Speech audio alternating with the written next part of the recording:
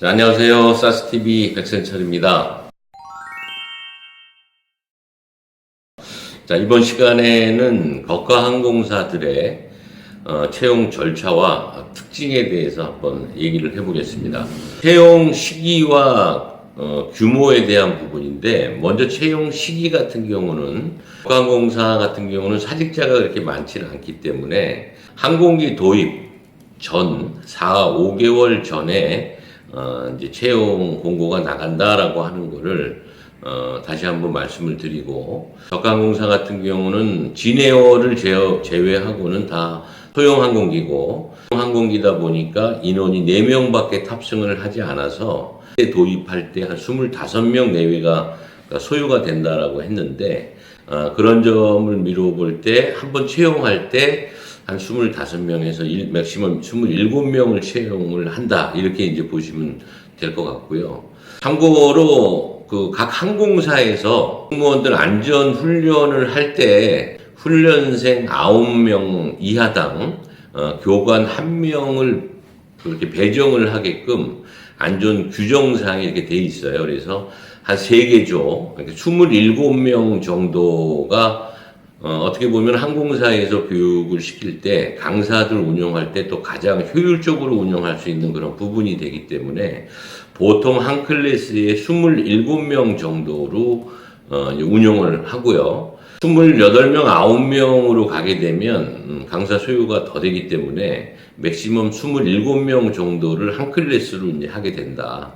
27명 이상은 일단 가급적 뽑지는 않는다, 이제 이렇게 보시면 돼요. 그래서 적항공사가 인원을 뽑을 때 27명 정도를 뽑는다, 이렇게 이제 보시면 되는데, 올해 이제 상반기에 제주항공이 130명 정도를 채용을 이제 하게 됐는데, 이제 그런 경우에는 항공기가 한꺼번에 한 서너 대 정도가 이제 들어오고, 또 뭐 사직자라든가 여러 가지 그런 부분을 해서 한꺼번에 뽑을 경우도 있는데, 대략적으로 다른 항공사 같은 경우는 그렇게 한꺼번에 많은 그 항공기를 도입을 하질 않기 때문에 대략적으로 27명 정도를 이제 보시면 돼요. 적은 인원을 뽑기 때문에 전형이 FAC, 대한항공과 아시아나항공보다 경쟁이 훨씬 더 심하다, 이렇게 이제 보시면 돼요. 대한항공 같은 경우에 설준형 통과가 한 2대1 정도, 8,000명에서 9,000명이 통과가 된다라고 하면, 아시아나 같은 경우는 2,000명에서 3,000명 정도로 보게 되면 한 5대1 정도 되고, 대부분의 저가 항공사들이 서류 전형을 통과시키는 그 인원수는 700명에서 많게는 한 1,000명, 보통 1,000명을 넘지 않는 선에서 그렇게 서류 전형을 이제 통과를 하게 됩니다. 저가 항공사 같은 경우는 한 10,000명, 맥시멈 10,000명 정도 지원을 한다라고 봤을 때 서류 전형 통과율이 한 10대1 정도가 이제 되는 거죠. 대한항공이나 아시아나항공보다 어떤 경쟁률이 더 심하다. 그 이유는 뽑는 인원이 적어서 그렇다라고 하는 거를 먼저 말씀을 드리고, 서류 전형에 대한 그런 부분은 이렇게 객관적으로 볼 수밖에 없는 그런 부분들이에요. 어떤 객관적인 그런 자료를 보고, 물론 이제 거기에 자소서도 있죠. 그런 부분들을 보고 가중치를 둬서 뽑기 때문에 그 중에서 가장 어떻게 보면 크게 좌우가 될 수 있는 게 이제 어학, 항상 얘기하죠. 어학 능력에 대한 그런 부분을 볼 수밖에 없다. 그래서 어떻게 보면 저가 항공사가 어학 능력이 더 필요로 한다라고 이제 서류 전형을 통과하기 위해서는 이렇게 이제 말씀을 드릴 수가 있고, 자, 이번에는 이제 각 항공사별로 조금 특징적인 그런 부분들, 절차에 대한 부분도 있지만 또 지방 베이스를 운영하는 항공사들도 있고, 뭐 이런 부분들을 간단하게 한번 좀 알아볼게요. 또 이제 대학교에서 항공서비스과에 대한 수시 면접관으로 면접을 진행을 하고 있는데, 가장 가고 싶은 항공사가 어디냐라고 물어보면 저가항공사 중에서는 제주항공이 가장 많이 나오더라고요. 그래서 제주항공에 대한 부분을 먼저 이제 말씀을 드릴게요. 제주항공의 특징은 수용 테스트를 하질 않고 최종 면접을 할 때는 이제 앉아서 면접을 한다라고 하는 그런 특징적인 그런 부분이 있고, 다른 저가 항공사보다는 가장 공격적으로 그 채용 절차를 운영을 하고 있어요. 제주 캐스팅에 대한 그런 부분이라든가, 또 대학의 채용 설명회를 또 개최를 한다든가. 근데 이제 그런 이유들이 있죠. 제주 캐스팅 같은 경우는 나름대로 이제 마케팅 목적으로 이제 그런 부분들을 채택을 해서 이제 운영을 하는 거고, 대학 그 채용 설명회 같은 경우에 뭐 참석하는 사람들한테 정도 가점을 주겠다라고 하고 생각할 때는 이제 그런 부분이에요. 워낙 서류 전형에서 또 좋은 이미지를 갖고 있는 사람들이 많이 떨어지기 때문에 채용 설명회를 하면서 이미지가 좋은 사람들 같은 경우는 체크를 해놨다가 서류 전형을 다른 스펙이 조금 떨어지더라도 이미지가 좋은 사람들을 전형을 통과시키기 위해서 이제 하는 그런 식으로 조금 공격적으로 이제 하는 그런 부분이 있다라고 하는 거를 말씀을 드리고, 두 번째는 이제 티웨이 항공이죠. 티웨이 항공은 면접을 3번을 본다라고 하는 이제 특징이 있고, 마찬가지로 최종 면접 때는 앉아서 이제 면접을 보고, 대구를 베이스로 하는, 대구에서 출발하는 항공편이 티웨이 같은 경우는 굉장히 많죠. 그래서 대구 베이스 인원이 좀 많이 운영을 한다라고 하는 게 좀 특징적인 그런 부분이 있고, 이스타 같은 경우는 수용 테스트를 최종 합격 전에 하지 않는다라고 하는 그런 특징이 있고, 진에어 같은 경우에는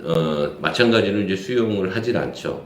사실 올해의 진에어가 채용이 한 건도 없었어요. 이제 대표의 어떤 국정 문제로 국토부에서 신규 노선이라든가 뭐 이런 부분들을 이제 제안을 하다 보니까 항공기 도입도 다 지연을 하고 뭐 이렇게 하다 보니까 이제 올해는 진에어가 채용이 없었는데, 내년도에는 또 이제 그런 부분들이 풀리기 때문에 내년도에는 채용이 이제 진행이 될 거다 하는 거를 이제 말씀을 드리고, 에어부산 같은 경우는 부산으로 뽑는 경우가 하나 있고, 대구 베이스로 이제 뽑는 하나가 있다라고 하는 거고, 최종 면접을 할 때 앉아서 면접을 한다라고 하는 부분과 면접관과 지원자 간의 거리가 굉장히 짧다라고 하는 그런 부분을 특이점으로 이제 둘 수가 있습니다. 아시아나항공 같은 경우는 항상 같은 장소에서 이제 매번 면접이 진행되고 있죠. 그 이유가 면접 장소를 아예 정해놓고 지었기 때문에 항상 바뀌질 않아요. 에어부산도 마찬가지로 사옥을 질 때 면접 장소를 이제 확정을 하고 이제 진행이 됐기 때문에 앞으로도 진행을 할 때 에어부산 면접은 면접관과 지원자 간의 거리가 짧다라고 하는 그런 부분들을 여러분들이 참조를 해주시면 될 것 같고요. 에어 서울은 이제 수용 테스트를 안 본다라고 하는 게 그게 좀 특이점이고, 이제 최근에 그 세계 항공사가 이제 또 새로 생기죠. 플라이 강원이 이제 승무원을 뽑을 때 2가지가 이제 좀 특이점이 있었어요. 첫 번째가 를 전형할 때 영상 심사가 이제 포함이 된다라고 하는 그런 부분과, 또 하나는 그룹 토의를 한다라고 하는 그런 부분, 이 2가지가 이제 들어가서 승무원들을 뽑았고, 지금 이제 진행하는 경력직 승무원 같은 경우는 영상 심사와 이제 그룹 토의는 없었어요.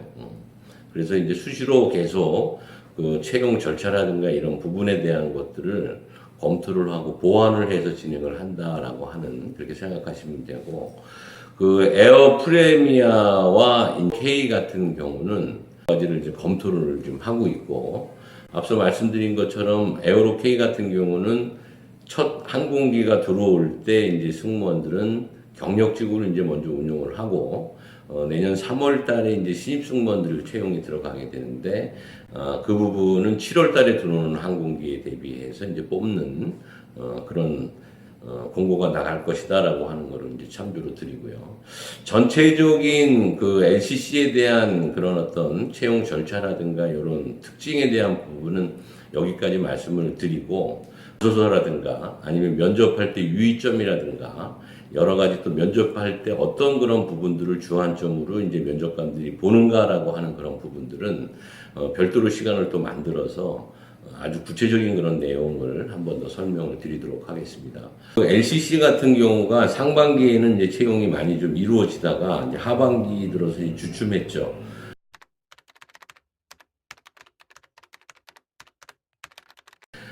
그래서 이제 8월 이후 쪽에는 별로 이제 채용 공고가 나가지를 않았던 그런 부분이 있는데, 여러 가지 문제점을 다 해소하고 3월 이후에는 이제 맥스 기종이 도입이 된다라고 하는 그런 부분이 737, 800, 900 에어 계열에 있는 항공기들의 동체 균열 문제가 이제 전반적으로 국토부에서 다 점검을 받고, 이제 문제가 생긴 항공기들 같은 경우는 한 달 정도 조치를 하기 위해서는 한 달 정도가 소요가 되는데, 뭐 내년도에는 이제 그런 부분들이 다 해소가 될 거라고 하는 그런 부분들이 또 보이고, 내년에 도쿄올림픽이 또 일본에서 있어요.